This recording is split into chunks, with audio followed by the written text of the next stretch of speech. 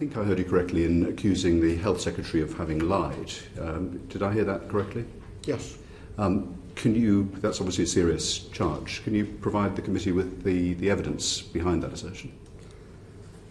Yes. I mean, there are numerous examples. I mean, in the summer, he said that everyone who needed treatment, who got the treatment that they required.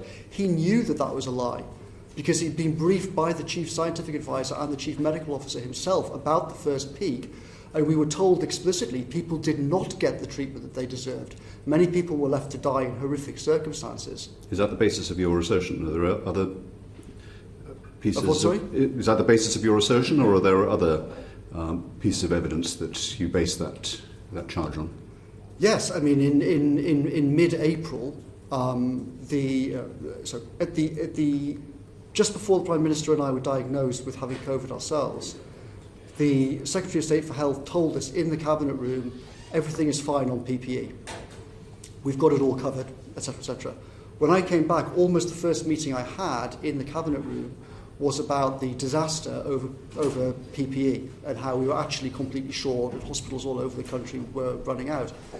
Secretary of State said in that meeting, this is the fault of Simon Stevens, it's the fault of the Chancellor of the Exchequer, it's not my fault, they've blocked approvals on all sorts of things.